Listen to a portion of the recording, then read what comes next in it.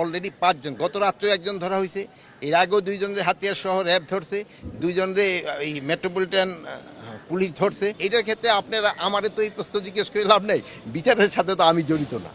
আইন যেন কেউ নিজের হাতে তুলে না নেয়, বড়ই দুঃখজনক একটা ঘটনা। এই ঘটনা একটা সভ্য দেশে ঘটে, এটা কোনো সময় আশা করা যায় না।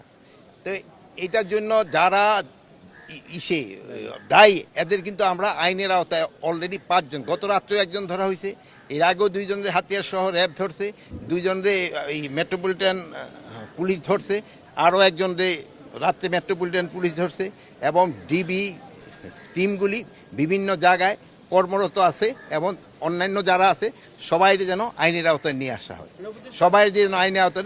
এই ঘটনাটা খুবই দুঃখজনক।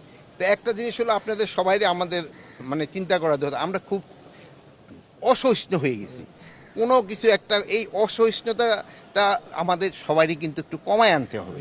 এটা কিন্তু এই নীতি নির্ধারক আমাদের সবারই দায়ী রয়ে গেছে। আমরা আমাদের ছেলে মেয়েদের, আপনারা আপনাদের ছেলে মেয়েদের, ক্লাসের জন্য কলেজের শিক্ষকরা আছে, ইউনিভার্সিটি শিক্ষকরা আছে, সবাই এইটা একটা দায়িত্ব, স্কুলের শিক্ষকরা আছে, দেন যেমন ডাক্তার আছে, সমাজের আমার মনে হয় সব শ্রেণী এটার সাথে যদি একটুই হয়, সবাই সহযোগিতা করে, এই অসহিষ্ণুতা একটু কমায় আনতে হবে। এখন তো অধিকতর তদন্ত তো না, এখন তো আসামিদের ধরা হচ্ছে।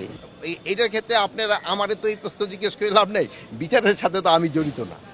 আমি হলো তাদের আইনের আওতায় সোপর্দ করা, পরে আইনে যারা আছে তারা তাদের পানিশমেন্ট দেবে। এই আইনটা যেন নিজের হাতে তুলে না নেয়, এই জন্য আমি তো কিছুক্ষণ আগেই বললাম, আমরা সবাই আপনাদের অনুরোধ করতেছি যেন আইন যেন কেউ নিজের হাতে তুলে না নেয়। কোনো ঘটনা ঘটলে এটা যেন আইন শৃঙ্খলা বাহিনীর কাছে জানানো হয়, এবং আইন শৃঙ্খলা বাহিনী এইটার ব্যবস্থা নেয়। যদি বলেন যে নির্লিপ্ত ভূমিকা পালন করলে তো এই 5 জনকে ধরা হইতো না, না 2 দিন পরে না, যখন হইতে সেই সময় ধরা হয়েছে।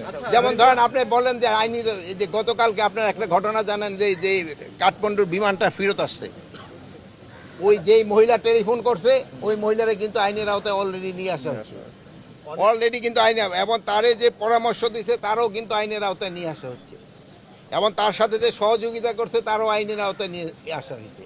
আপনি যদি ধরেন যে চাঁদপুরের একটা ঘটনা ঘটছে, ওইটাও কিন্তু যেই ঘটাইছে তারে কিন্তু সাথে সাথেই কিন্তু আইনের আওতায় নিয়ে আসা হচ্ছে। এই যে যে নিলিপ্ততা, এটা আমি বলবো না, অনেক সময় 2-1 জায়গায় হয়তো একটু ডিলে হতে পারে, এটা হয়তো হইতে পারে, কিন্তু যেই সময় হচ্ছে আমরা কিন্তু সাথে সাথেই অ্যাকশন নিয়ে যাচ্ছি, এবং এটার ক্ষেত্রে আপনাদের সহযোগিতাটা পাচ্ছি, এবং আপনারা আমাদের সবসময় সহযোগিতা করে যাচ্ছেন। এই সহযোগিতাটা আপনারা সবসময়